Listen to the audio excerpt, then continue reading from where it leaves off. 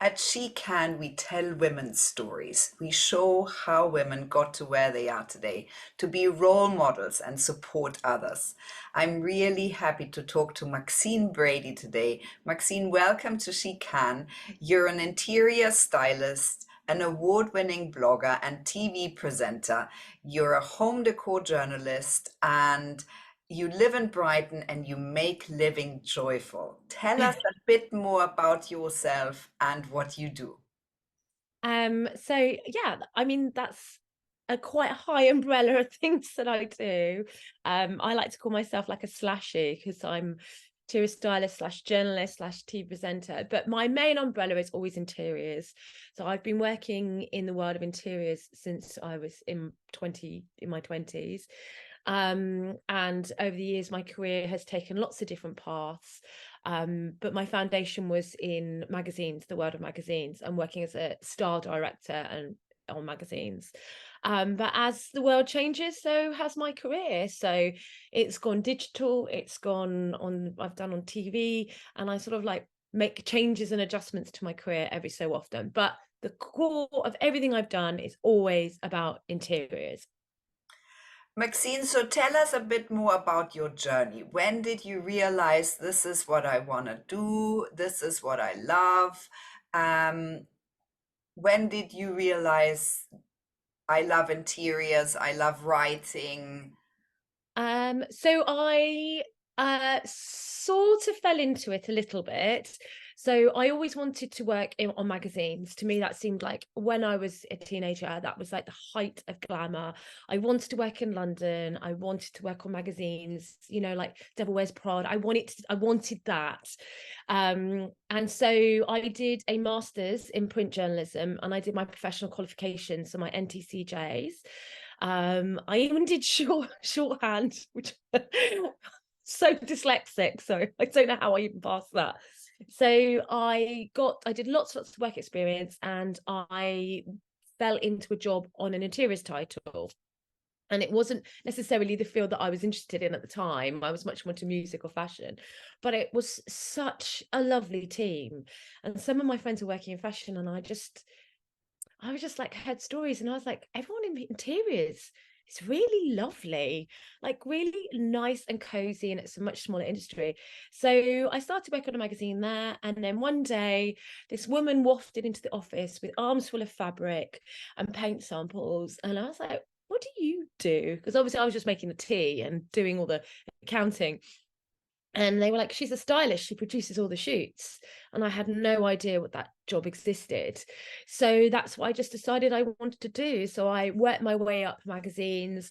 I worked at House Beautiful magazine for 5 years. And then I've held sort of style editor roles on Home magazine.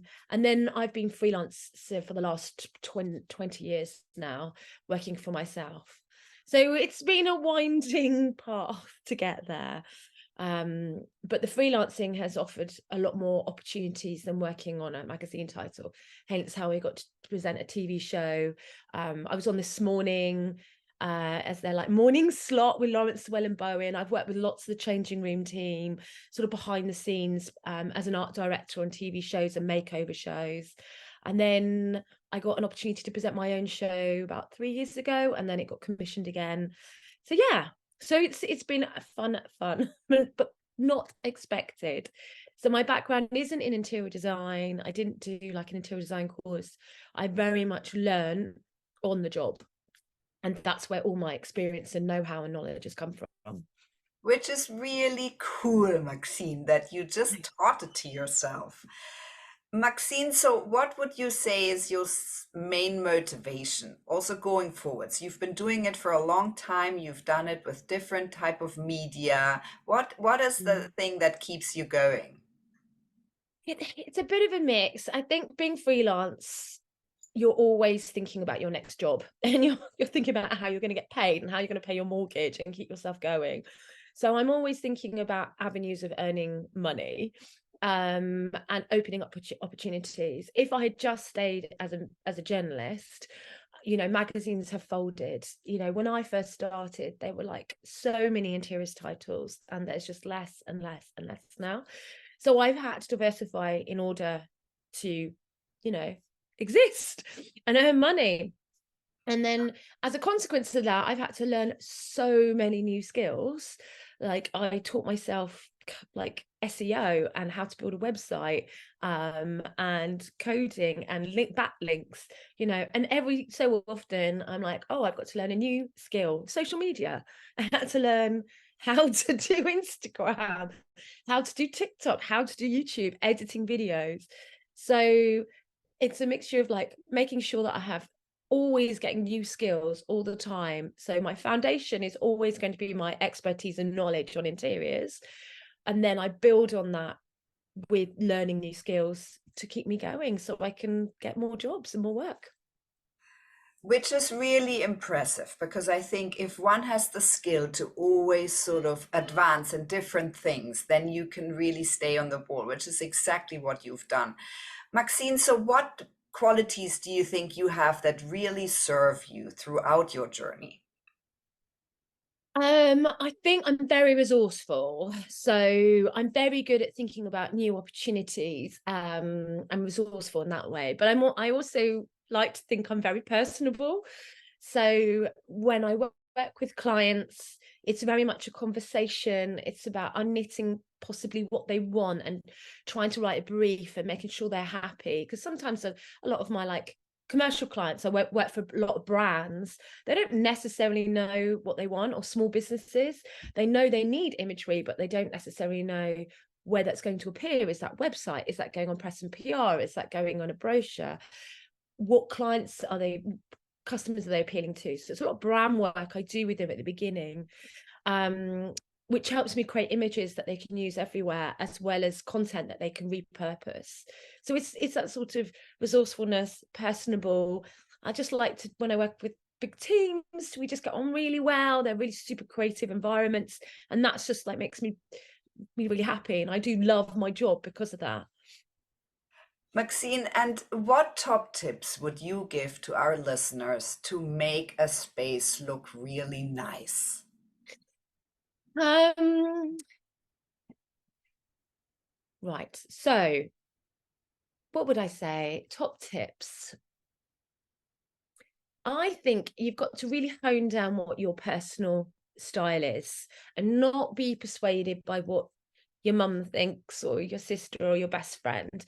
Really work out what makes you happy so that when you walk through the door, you feel like it's home. And one way to do that is to create a mood board, which I know a lot of people struggle with, but put all your ideas in one place. You can use something like Pinterest, or Pinterest have an app called Shuffles where you can create little mood boards. And by practicing and creating looks all the time and putting things on there, you can really work out exactly what it is that you like and the look you want to achieve. And then you can sort of follow that as to the letter so that you could make that happen in a space. And I think a lot of people feel like they ought to do things, like red is really in fashion at the moment. And for me, I can't bear red. It reminds me of like the 90s when we all had red feature walls. It just brings that. And I'm like, I'm not going to paint my walls red just because it's some fashion. And if I like something, even if it's not in fashion, that's what I would say you should do. You should just go for things that make you happy and feel homely. And then the second thing to make a space feel lovely is declutter. I'm a huge declutterer. No, you wouldn't see from the backdrop the amount of stuff I've got, but go through things, have an edit of your belongings, switch things up, restyle your home, have a play with it. You don't need to probably buy more. You probably just need to buy clever if you're going to buy more, like clever storage solutions, ways of displaying things. So yeah, those would be my top tips. Do what you love, create a mood board, declutter, and that's it. You have the I perfect love job. it. I love it, Maxine. I have to write this all down. Maxine, so what are you most proud of to date? Um, it's a difficult one because I'm always moving forward, so I don't often think back. Um, My blog, I'm very proud of the fact that I launched my blog and I won awards for that. I got nominated for quite a lot of awards, about 14 awards for my blog. And that's been my little baby that I just keep ticking along, and it gets a lot of traffic still. So that's great. And then I've just launched a podcast with another interior stylist. So again, another medium that I've learned how to use. So my podcast is called How to Home. And it's your ultimate interiors guide to creating your dream home. So it's basically me and my friend being your interior decorating agony aunties, like geeking out, covering big juicy topics and helping people get their head around things like how to be color confident, how to declutter, how to get a luxury look for less. So that's launching on the 14th of February, 15th of February, sorry, 15th. So that's a really big achievement. And then I think my house actually is one of my most proud of, because I bought it on my own and it was a complete wreck, and I've renovated it all on my own with some help from my family, but mostly on my own, and decorated it. And it's been in countless magazines now, maybe like 7 or 8 magazines, and Metro newspaper, House Beautiful, Good Homes. And I rent it out to a little location house. So this little rundown, tired, exhausted house, I've breathed life into it, and now it's become another source of income, as well as a backdrop for my Instagram accounts. And it's been quite a big source of inspiration for my own work and given me quite a lot of opportunities. Amazing, Maxine. I love that. Maxine, so who are your role models? Who has been inspiring and motivating you to keep pushing and advancing and doing what you're doing? Yeah, I don't. That's a tricky one. Who would be my role models?